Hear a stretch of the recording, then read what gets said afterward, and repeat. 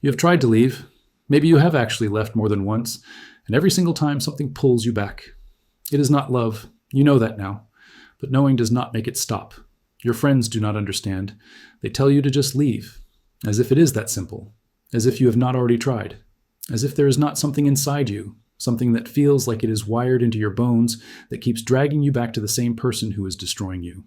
Here is what nobody tells you. That pull you feel? It is not weakness. It is not stupidity. It is not even a choice. It is your brain, functioning exactly as it was designed to function, except the design has been hijacked.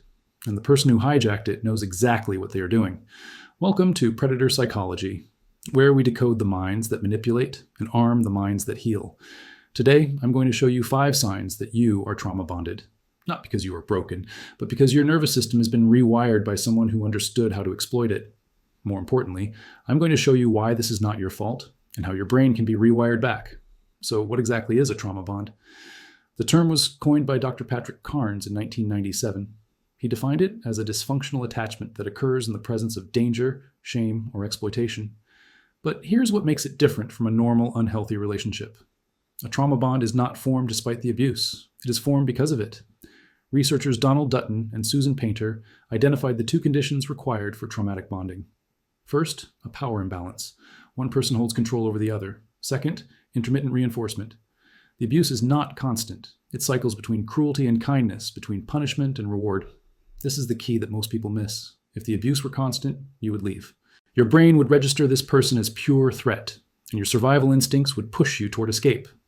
But when abuse is mixed with affection, when cruelty alternates with tenderness, your brain gets confused. It starts to associate the abuser with both pain and relief. And because the relief feels so intense after the pain, your brain begins to crave it. This is not a metaphor. This is neurochemistry. Your brain is being manipulated at the level of dopamine, oxytocin, cortisol, and endogenous opioids. The same chemicals that bond a mother to her child, that make you fall in love, that create addiction to gambling or cocaine. These are the chemicals being weaponized against you.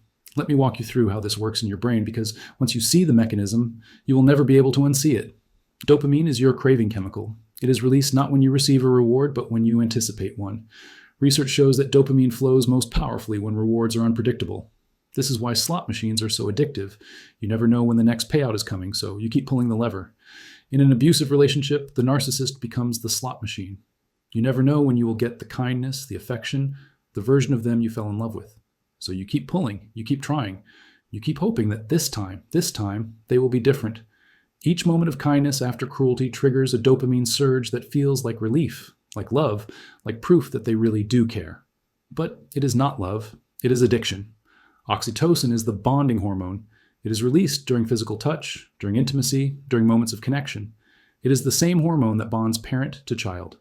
Research from UCLA found that oxytocin receptors in the amygdala create calming effects during reconciliation, while receptors in another brain region trigger intense distress during separation. This is why leaving feels physically painful. Your brain is literally pushing you to reunite with the source of your trauma, because at a chemical level, it has confused that person with safety. Then there are endogenous opioids, your brain's natural painkillers.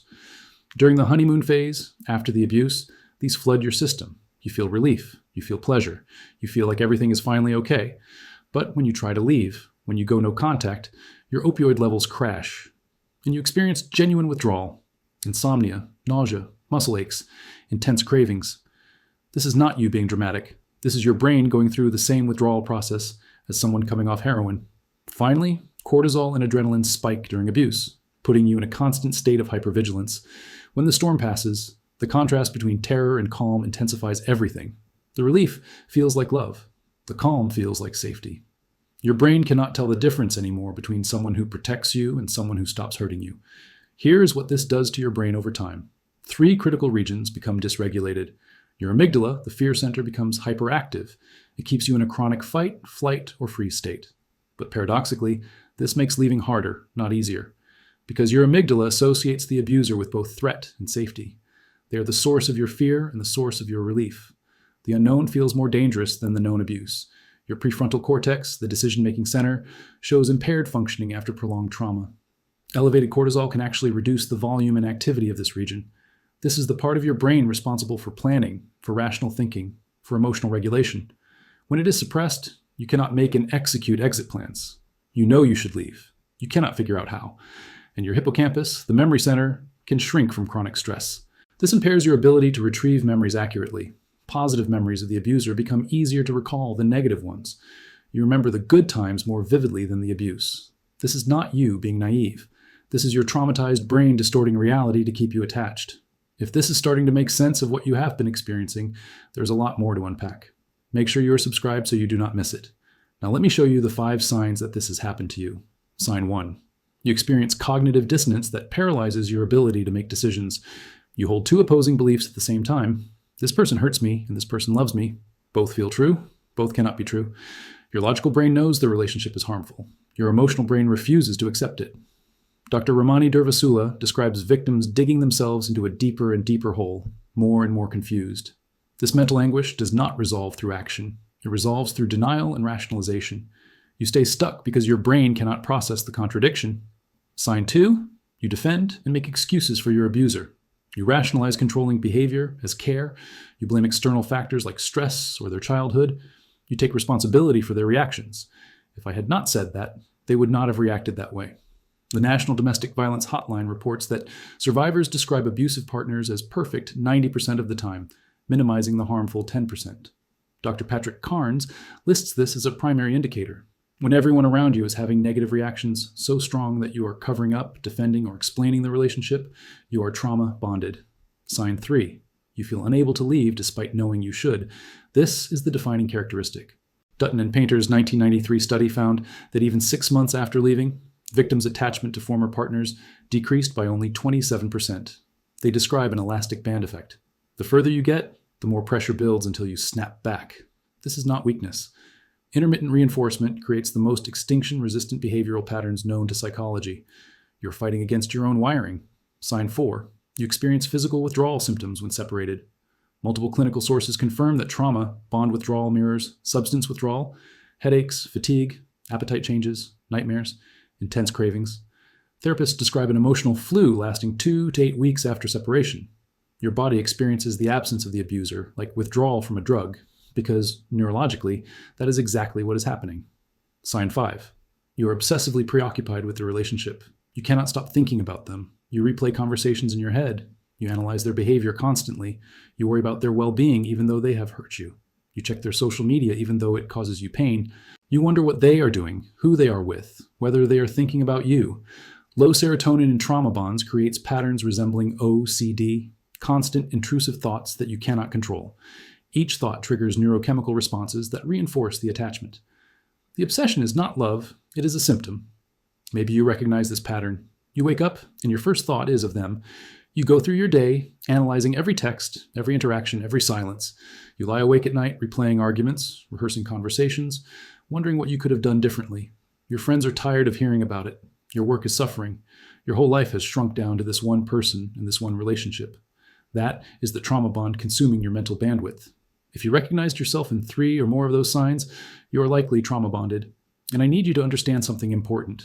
This was done to you. You did not choose it. You could not have prevented it through intelligence or willpower.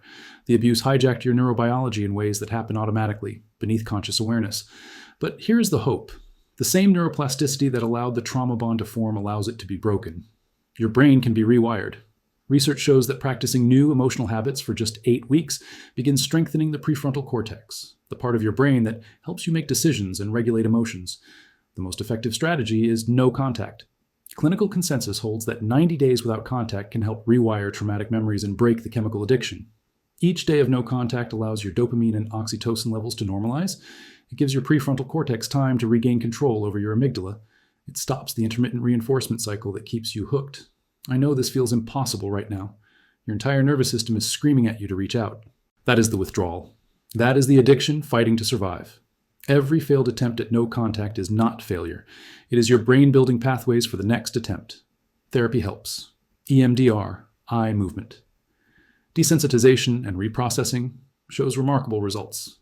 Studies report that 84 to 90% of single trauma victims no longer meet PTSD criteria after only 3 90-minute sessions. Trauma-focused cognitive behavioral therapy helps reframe the distorted thinking patterns created by abuse. Somatic therapies address trauma stored in the body, because your nervous system holds memories that your conscious mind cannot access. Support matters. Surround yourself with people who validate your experience, not people who minimize it. Find communities of survivors who understand what you're going through. The isolation that the abuser created is part of what keeps the bond strong. Breaking that isolation weakens the bond. Recovery is not linear. You will have cravings. You will have moments when every cell in your body screams at you to go back. That is the withdrawal talking. That is the bond fighting to survive. But every day you resist, you are building new neural pathways. Every moment of no contact is your brain healing. The bond is not proof that you love them. It is proof that your brain was trying to survive them. That is not weakness. That is neurobiology. And now that you understand it, you can work with your brain instead of against it. You were not stupid for staying. You were not weak for going back. You were targeted for your strengths, your empathy, your loyalty, your capacity to love, and those qualities were weaponized against you by someone who understood exactly how to exploit them. The pattern is the protection. Now you see it. If this shifted how you understand what happened to you, subscribe. There's more to unpack, and you deserve to understand all of it.